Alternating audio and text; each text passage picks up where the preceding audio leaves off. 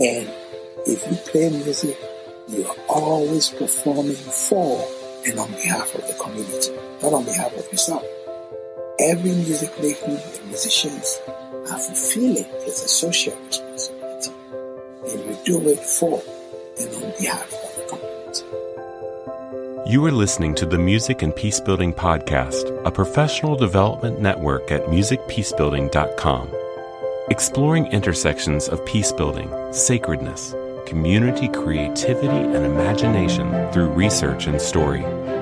Michael Checo and I sat down to interview Sowah Mensah.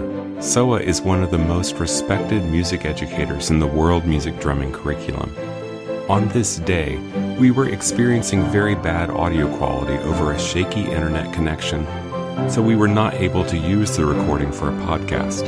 However, the content is so rich, we are presenting it here in the form of a captioned video. This interview is rich because it approaches explanations about why studying West African music is a lifetime of discovery.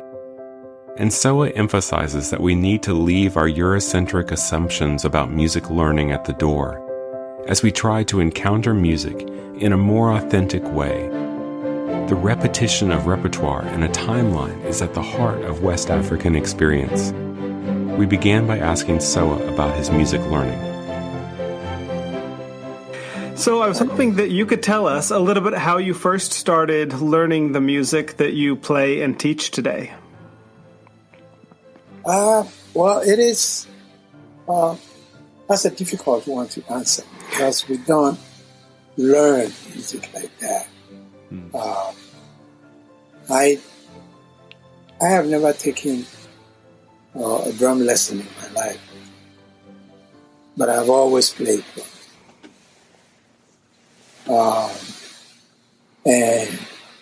But I did take piano lessons, I took violin lessons, I took flute lessons, master flute lessons, through college. And so I can tell you I learned those. But for our traditional music, it is an informal type of learning. You grow up in the music, you participate, and remember that people don't realize that traditionally Africans participate in music making at a very, very, very early age.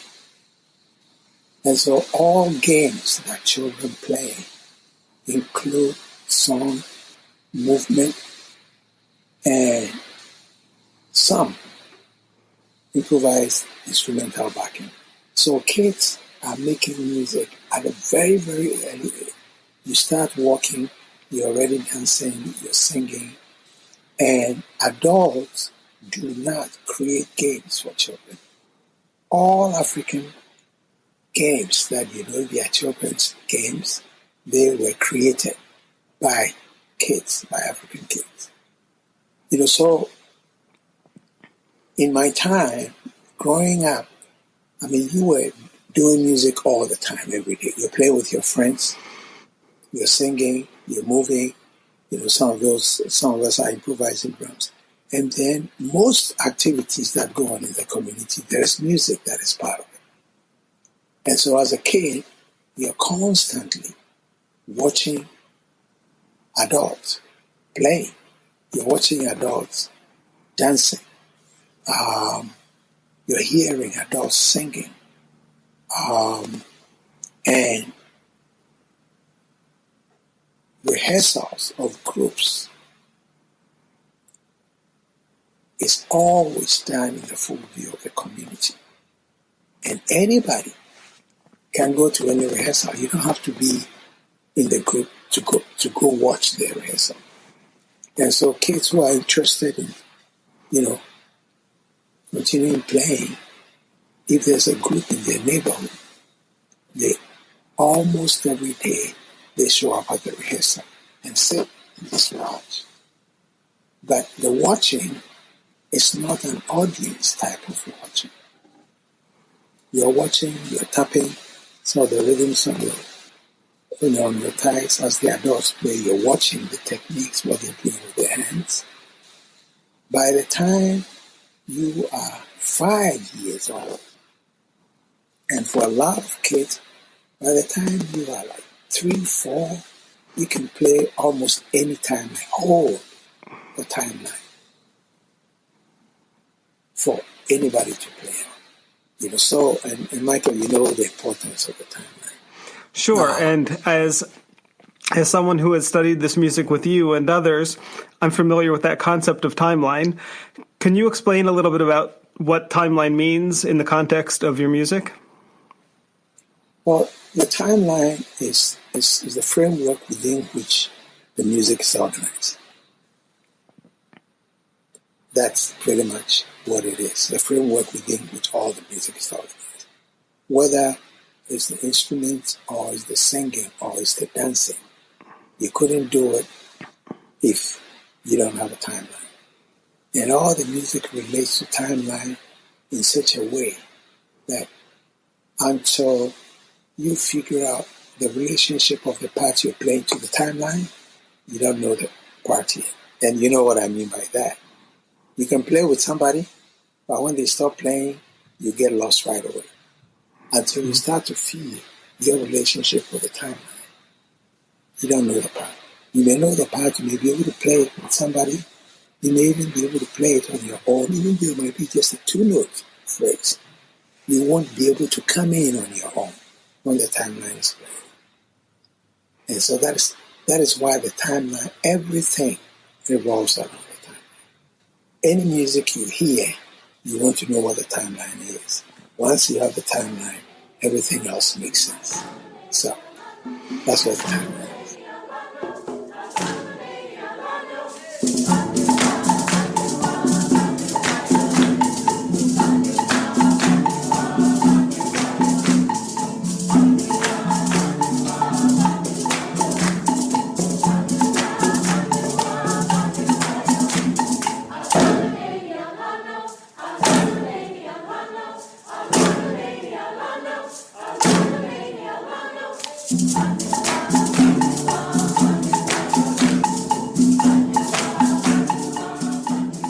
I was just curious, when you were talking about the timeline, did you use that word timeline when you were playing music, or is that a word that you have started using as you've taught this music in the United States?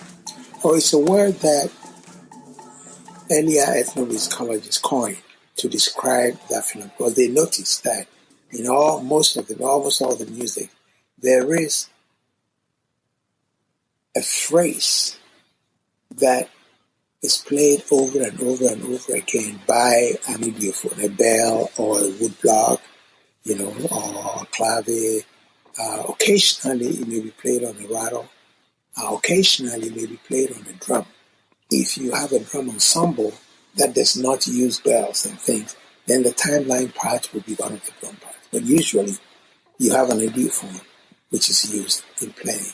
And some of the early writers of the music referred to that phrase as a timeline. And that's why I use it. It's an English word. It's not in my language. We will say, the bell part. That's how you call it. Bell part. You got to listen to the bell part. You got to play with the bell. That's how musicians talk. You aren't listening to the bell. You're not playing, with the bell. It doesn't matter which language it is. They will use the word for bell to describe it. Sowah spoke of the differences between Eurocentric and West African music making. He says that it would be crazy for a person in West African traditions to practice their part alone.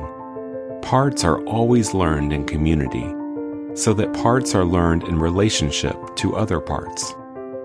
If you play in orchestra, you sing in choir, you play in band, you are supposed to learn your part and then come and play with everybody. You don't come to orchestra practice or band practice to learn your part, and everybody's learning their part at the time. That is very, very different from how we do music. You are not expected to practice your part alone, ever. Which means that the only time you make music is when you have all the other parts, which means everybody who plays present. We never rehearse alone, especially for drumming. Where I come from, if somebody sees you sitting somewhere with your drum in your house, or you go sit somewhere and you're practicing playing your drum alone, people will think you're crazy. Because you don't do that. You always practice with the group. Always. You learn the parts together. You practice. The only time you practice is when the whole group is there. There is no other time that you practice your part again. And so that also tells you how people think that it's always about the group. And if you play music, you are always performing for and on behalf of the community, not on behalf of yourself. Every music making, the musicians are fulfilling as a social responsibility. And you do it for and on behalf of the community.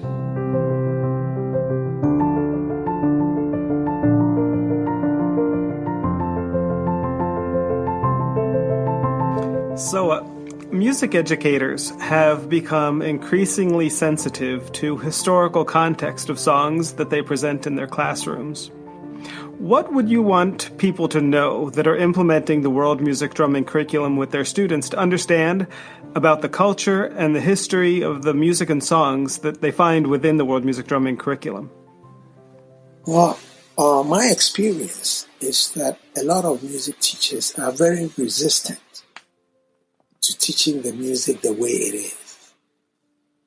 And like I said, our music and Western music is apples and oranges.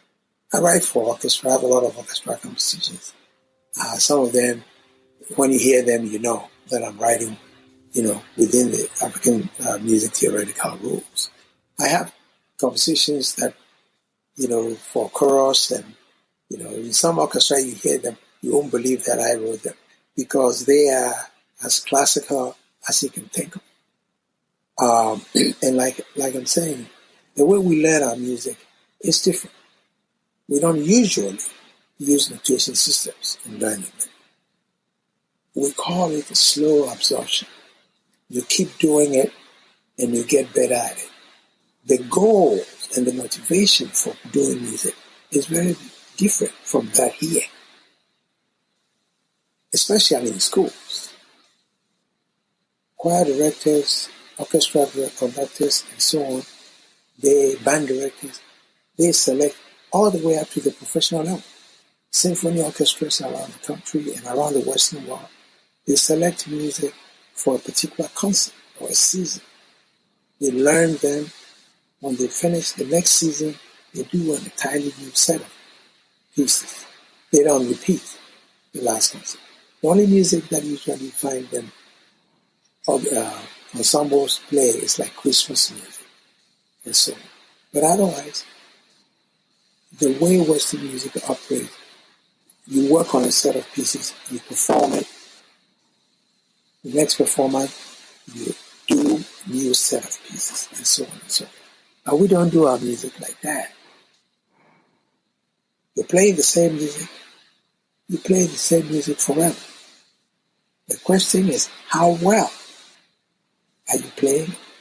Because if you play the same piece for 1 year, and you continue playing it for 2 years, you will sound much better at the end of the second year than the third year. And we believe that there's no limit that you can say, oh, finally, I have played this piece to a level that I can't go beyond. We don't think like that.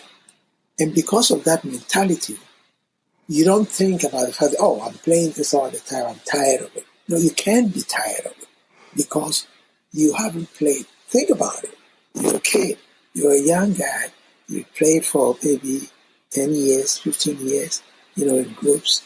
But you have people who are 50 years old, who are 60 years old, and are still playing the music. You maybe play the same pieces, but when you hear the older guys play, you're hearing things that, you cannot get those sounds. Because basically, if I hit the drum 10,000 times and you hit the drum 100 times, just playing, just hitting it, one tone. If I do that 1,000 times and you do that 100 times, we will not sound the same. Because I will get a sound that you cannot get because you haven't hit it as many times as I have. So that is the mentality of our music. And also because traditionally, our musics are all part of something else, not just music. So that we don't concertize. We don't have music that people come to sit just to watch music. That is also not part of the culture. Like Christmas music here. It is always relevant and it always works. Every Christmas, people hear Deck the Halls, they hear Silent Night, they hear, all these, we wish you a Merry Christmas. People don't get tired of it. They want to hear it at Christmas time because the music is part of the Christmas itself. It's not separate. And therefore, can you imagine going through from Thanksgiving to the first of the new year without hearing Silent Night or Deck the Halls or any of those Christmas tunes anywhere? You don't hear it on radio. You don't hear it in the shops. You don't hear it on TV. You don't hear it anywhere from Thanksgiving to January. Think about that. It will feel so weird. You probably won't feel it is Christmas. Because what makes you feel that it's Christmas is carols, is decorated Christmas trees, is shopping for Christmas presents, and all the things that go into Christmas. Families coming together, that is what Christmas is. If you take any of these parts in it, Christmas is not complete. For us, all our music is like that. It's an integral part of everyday life.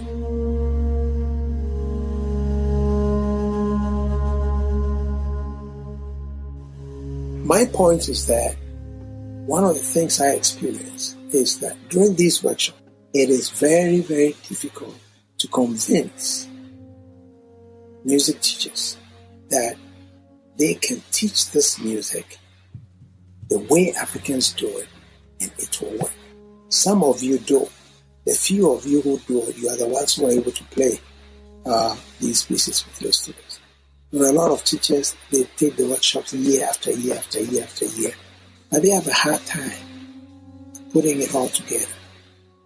The world music curriculum pieces, because it's written out, they try to use it that way. But those of you who play like my pieces and Josh's pieces, you don't use an invitation to play them. You learn them, you keep coming, you learn them, level 3 people, and you get better and better and better and better, and you keep adding. So that is the resistance that I see to teach the music within its notes. And also the fact, the point that I made, that music teachers want to be, okay, they came this year, learned this piece and that piece. Next year, they want to learn new pieces, so when they go back to their school, they teach the kids new pieces. They don't want to teach them the same old piece. Now, that is trying to do the music like you're doing American music. Africans don't do that. You have to know that. And Michael, I'm sure you know this. You do bobobo with your kids.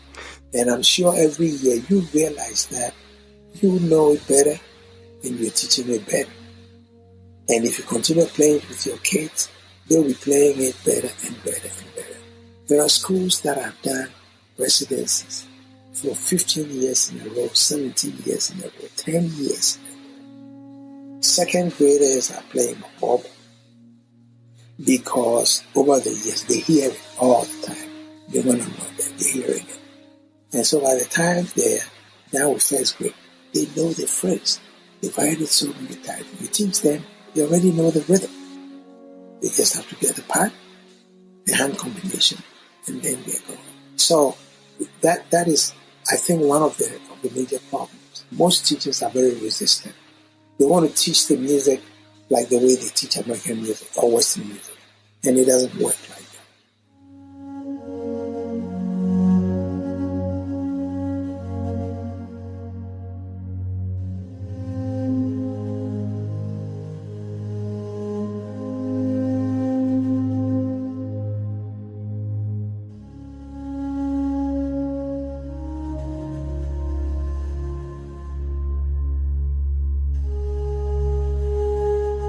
So in our music classrooms, we obviously are expected to be teaching our students to become more musical. In what other ways, besides learning music, do you think the world music drumming curriculum is going to change and shape our students who participate in it? It should. If the music teachers teach it within the norms and the traditions of the music in the curriculum. The world music curriculum is African music. It is arrangements within the style of African music. So it's not motivated by African music. It is not it's not suggested by African music. It's usually a question of how the teachers teach the music. They are not always willing to teach it the way they're learning it.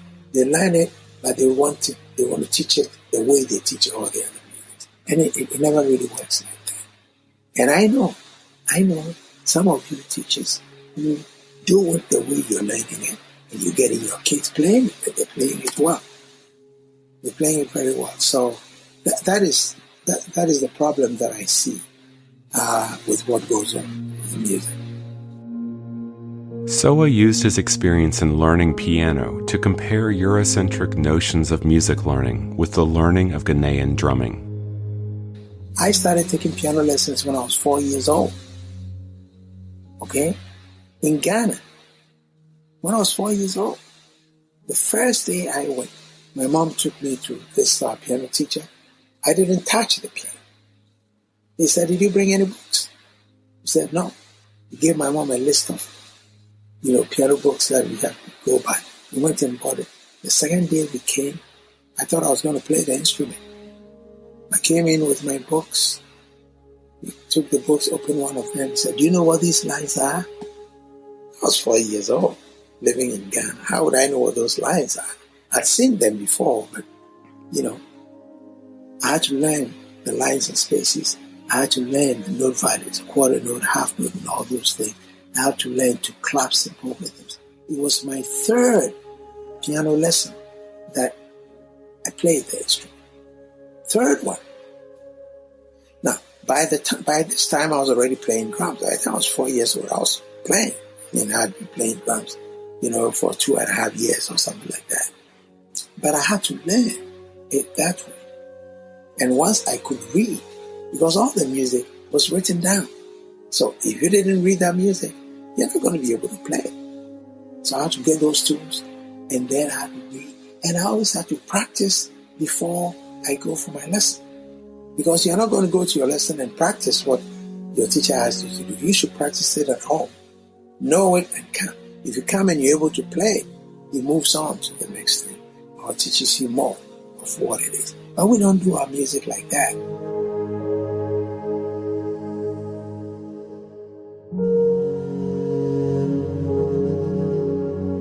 What one piece of advice would you give to a teacher who walks into a world music drumming workshop to really feel empowered to walk out and teach this music to their students in a powerful way?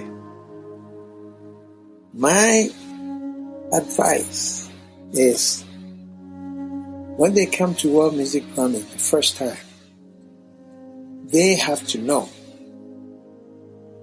that they are probably at the kindergarten level, or maybe even preschool, depending on their own musical experiences before they came.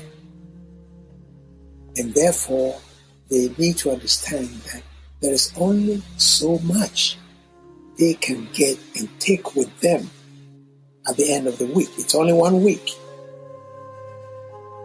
And, I tell participants all the time, look, level 1, if the stuff that I do with you, and usually level 1, I teach them the songs, we do CCC, Slaviye, and Bawa, depending on where it is. And I teach them a little bit the two verbal phrases. And I said, don't feel like because you've come to a week-long workshop, you should be able to go and teach all the things that you studied, because you can't.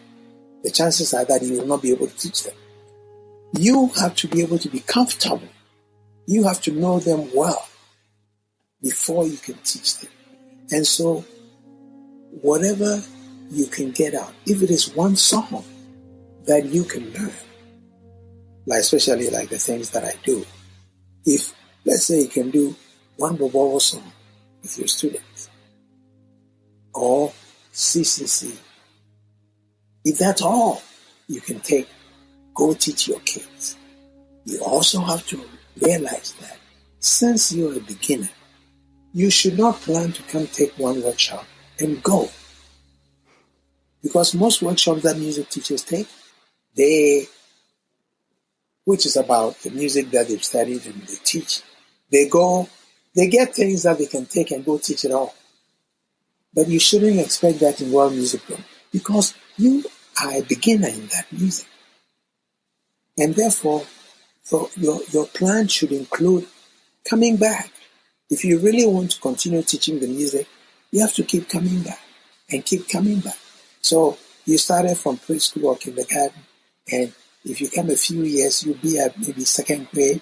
You come a few more years, and so there are people who have come for 10 years, they are probably at the grade of a fifth grader in this music. They have to admit that it's something new they're learning. Their Western music training is not going to help them do this music.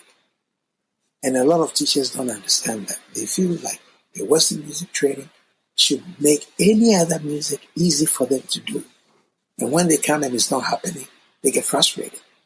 Okay, so that is one. Two, take only what you can control from the workshop.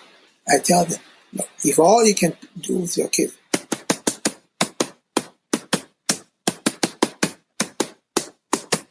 that's the only phrase you can play.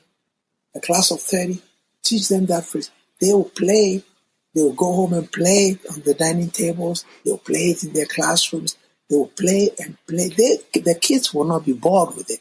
The teachers get bored with it. So, well, I can teach them only one phrase and that's it. Yes, that is it. That's what you can handle. The next year, you can learn another phrase, be able to control it and teach it. And so, those are the things that being prepared. First, to know that if you're going to do world music drumming, it's not a 1 year or you do levels 1, 2, 3 and you've graduated. No, you got to keep doing, because I tell teachers that, look, think about how long you've done Western music all your life. Before you started walking, you heard the music on the radio, you heard it in church. If your family goes to church, you hear it in movies, you start school, you sing in choir, you learn in recorder, you play in orchestra band. You've done this music for all your life until you decide to do it in college. So anybody who goes to college to do music in Western, they have done a lot of music before they get to college to be music majors. And then you continue studying this music in college. You go to concerts all through your life. It doesn't matter whether it's school concerts or professional concerts. The music is all around you. And so by the time you get your music degree and you go to teach, the distance between you and your students is like night and day. You're so far ahead of your students. And so I tell them, if you want to do this music, then you have to put yourself in a position where you widen the gap between you and your students, because then you'll teach it better, as good as the music. We encourage you to join workshops through World Music Drumming, located at worldmusicdrumming.com. This is the Music and Peace Building podcast, hosted by Kevin Shorner Johnson. At Elizabethtown College, we host a Master of Music Education with an emphasis in peace building. Thinking deeply, we reclaim space for connection and care. Join us at musicpeacebuilding.com.